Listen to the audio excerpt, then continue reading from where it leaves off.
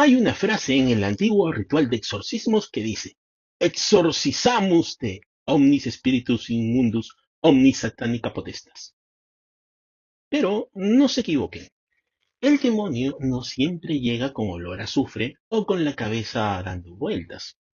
El demonio más peligroso es el que llega con una biblioteca bajo el brazo y una teoría que suena magistral.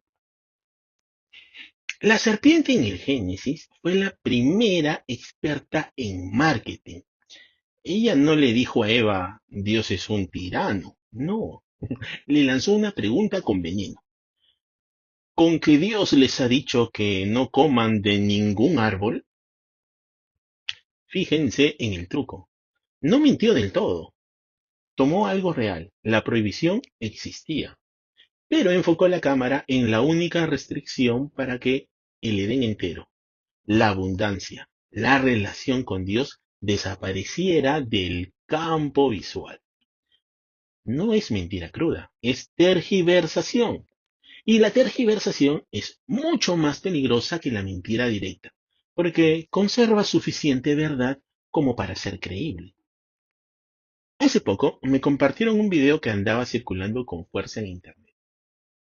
Un video que mezcla el Antiguo Testamento con el gnosticismo del siglo segundo y con una teoría conspirativa moderna, presentándolo todo como el conocimiento oculto que las sociedades secretas llevan siglos escondiendo, y solamente mostrándoselas a aquellos espíritus designados, capaces de despertar una llama interna oculta.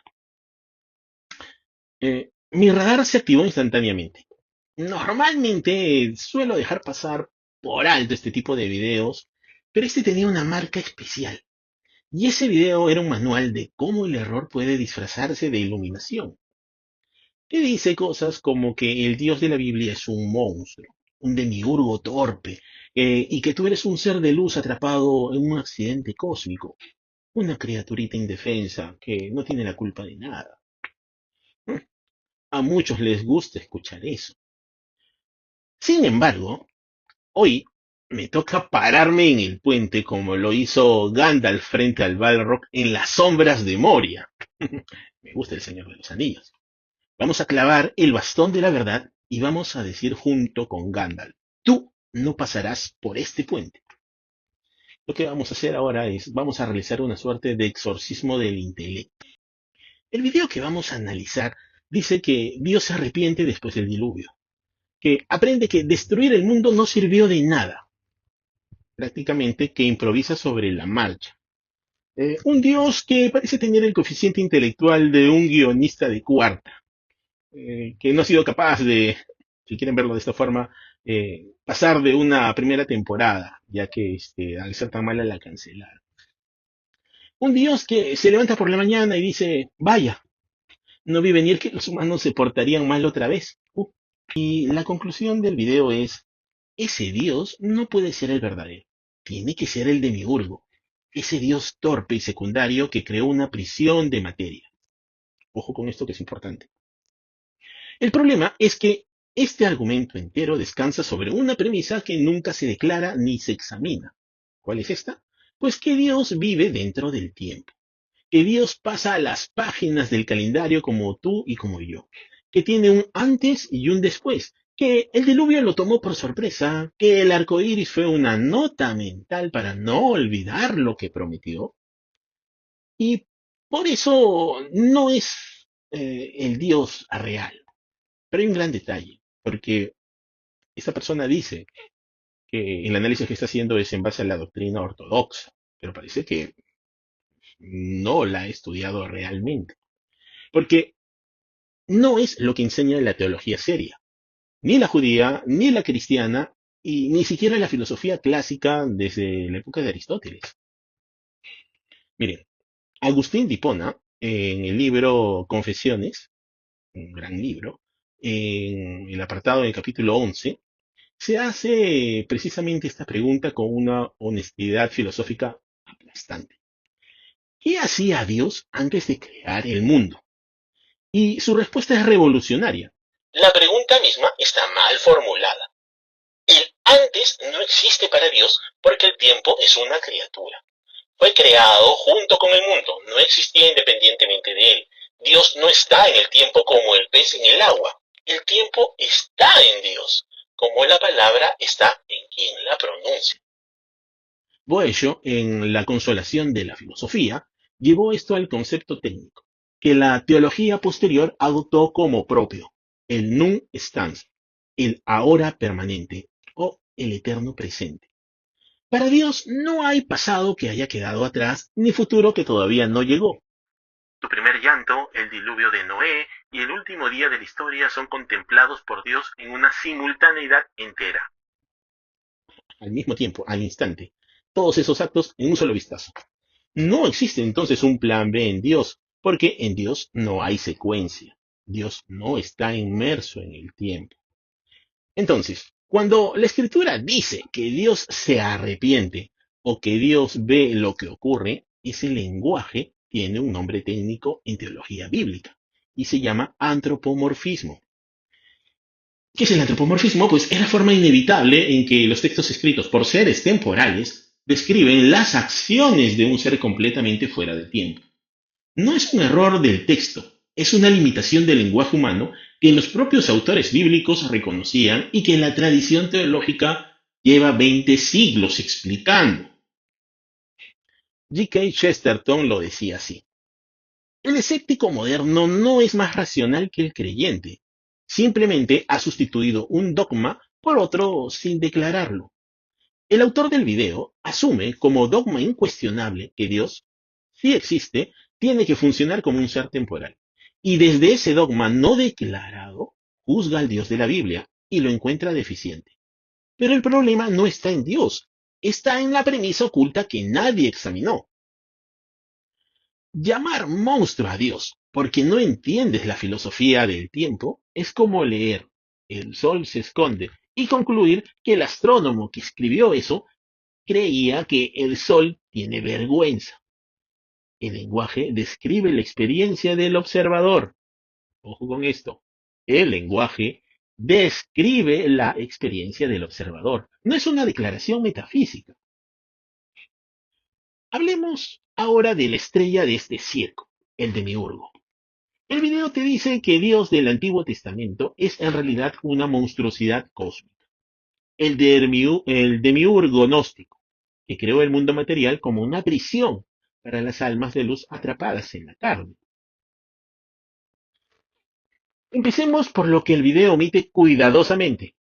Esto no es ningún secreto. El gnosticismo es una corriente filosófico-religiosa que viene siendo o que fue documentada, debatida y rechazada públicamente en los siglos II y III de nuestra era. Sus principales exponentes del gnosticismo, Valentín, Basílides, Marción, no eran miembros de sociedades secretas, eran pensadores que publicaban sus ideas, tenían seguidores, fundaban escuelas y fueron respondidos punto por Irineo de León en su obra Adversus Adreses, por Tertuliano, por Orígenes. Entonces, no hubo supresión conspirativa como te quieren hacer creer. Lo que existió y lo que hubo fue un debate intelectual. Y el gnosticismo perdió ese debate en el terreno de las ideas.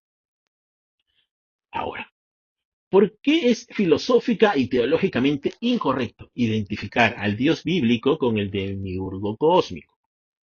Y esto es importante, porque el demiurgo de Platón, de donde viene el concepto originalmente en el Timeo, ese demiurgo, ojo con esto, no es malévolo. Es un artesano cósmico benevolente que ordena la materia preexistente según los modelos eternos. No creó la materia, la encontró caótica y la organizó. El gnosticismo tomó ese concepto platónico y lo retorció. Mm, interesante metodología. No sé, me hace recordar a cierto personaje en un árbol, en el Edén. Convirtió al demiurgo en un ser ignorante o directamente malicioso que creó la materia como trampa.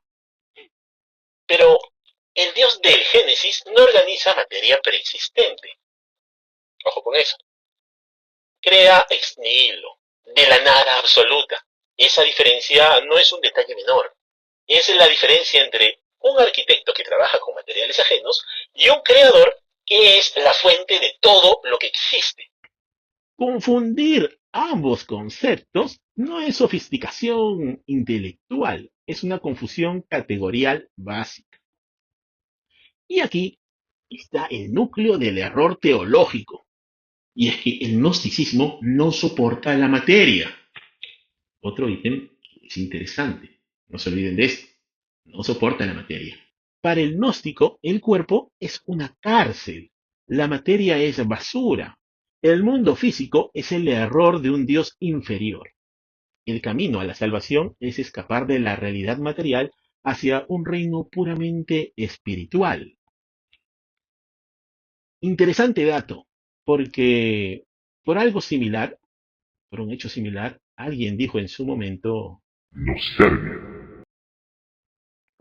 Fabrice Haddad, un filósofo francés convertido del nihilismo anarquista al catolicismo, señalaba que el gnosticismo es en el fondo el odio a la realidad. Es la incapacidad de aceptar que lo sagrado puede habitar en lo concreto, en lo corporal, en lo cotidiano. El gnóstico quiere un Dios sin encarnación, una espiritualidad sin cuerpo y una salvación sin historia. Y aquí el argumento del video se vuelve contra sí mismo. ¿Por qué? Porque si el mundo material fuera una prisión creada por un Dios malévolo, ¿por qué el Génesis dice repetidamente que la creación es buena? ¿Por qué termina no con un alma escapando de la materia, sino con un Dios descansando y contemplando su obra? Un carcelero no contempla su cárcel con satisfacción. ¿Mm? Siguiendo la línea de pensamiento de otro gran teólogo, al cual admiro mucho, que es Scott Hahn, él diría que el Dios del Antiguo Testamento no es un monstruo arbitrario, es un padre que educa a un pueblo con pedagogía progresiva a través de alianzas, de leyes, de consecuencias. ¿Por qué? Porque la educación de la libertad humana requiere tiempo y proceso. Llamarlo monstruo porque impone estructura y límites es exactamente lo que haría un adolescente que vincula el amor exigente de un padre con la tiranía de un carcelero. El demiurgo del video no es una revelación, es una proyección, la de alguien que quiere ser espiritual sin tener que ser bueno, que quiere ser trascendente sin ninguna responsabilidad, que prefiere un Dios tan abstracto y lejano que nunca le pida nada concreto a la criatura concreta que es. El video este que estuve observando dice que Jesús vino a salvarnos de este Dios falso, a liberarnos de la prisión de este demiurgo, que fue enviado por la Mónada como una suerte de agente encubierto contra este carcelero cósmico. Y la verdad creo que ahí sí, pues, quemaron fusibles. Eh, Vamos a detenernos porque esto tiene un nombre técnico en la historia de la teología. Sí, porque esto no es algo nuevo, es algo antiguo. Y es conocido en la historia de la teología como la cristología doceta, del griego dokein, parecer. Resulta que los gnósticos del siglo II sostenían que Jesús no tenía un cuerpo real. Parecía humano, pero era un ser puramente espiritual que no podía contaminarse con la materia maldita. No nació de verdad, no sufrió de verdad, no murió de verdad, solo pareció. ¿Por qué? Porque si la materia es mala, Dios no puede tocarla. Un ser divino no puede encarnar en lo que es esencialmente una prisión. ¿No? No sé si ya van viendo cómo se va prefigurando todo esto, qué suerte de ideología o estructura maneja el gnosticismo. Pero, como verán, en todo esto hay un problema devastador.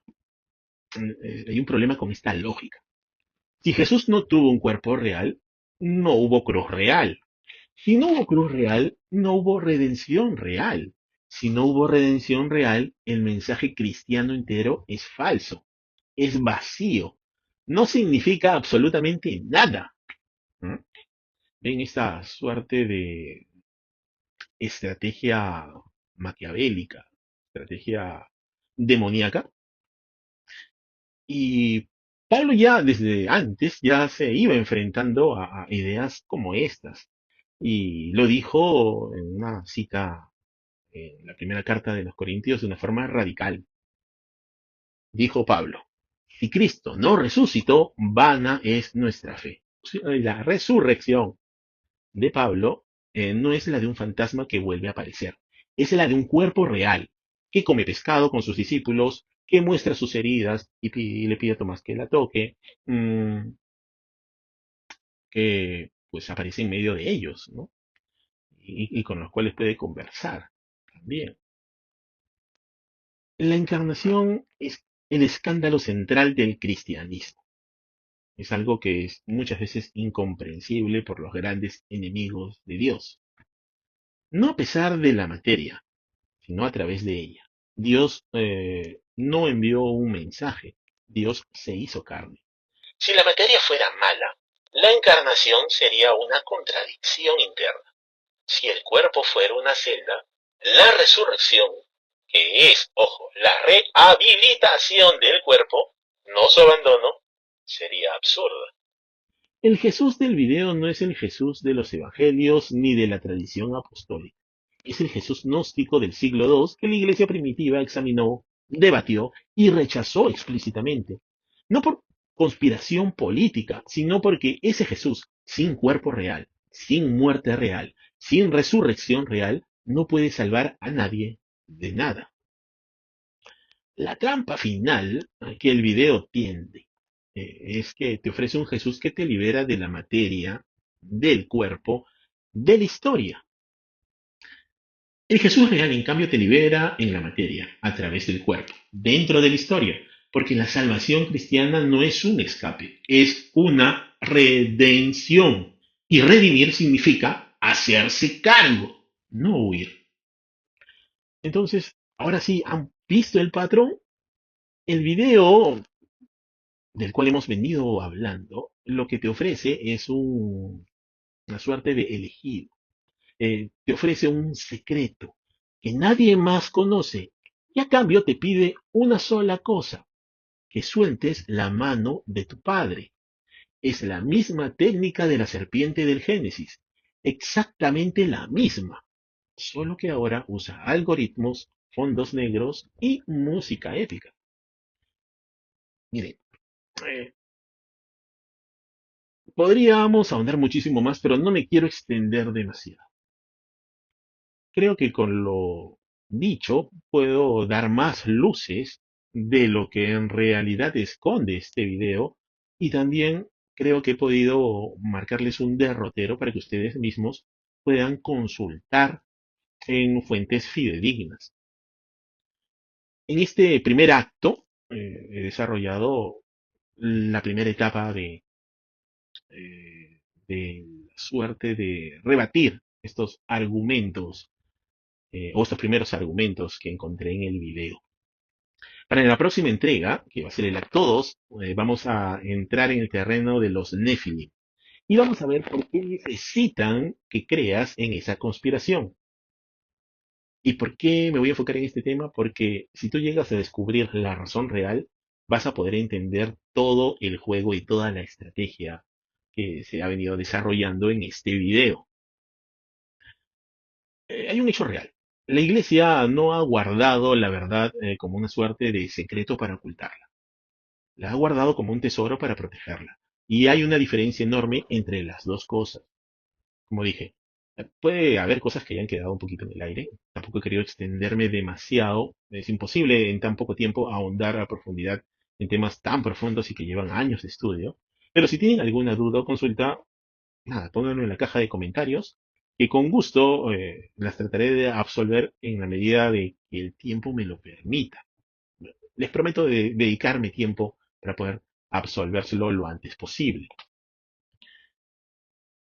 Si pueden, denle like si les gustó, compartir este video, hacer sus comentarios eh, y si gustan, darle like, que de hecho ayuda muchísimo al canal. Pero lo que quiero pedirles en realidad es que no se olviden de ser buenos si pueden.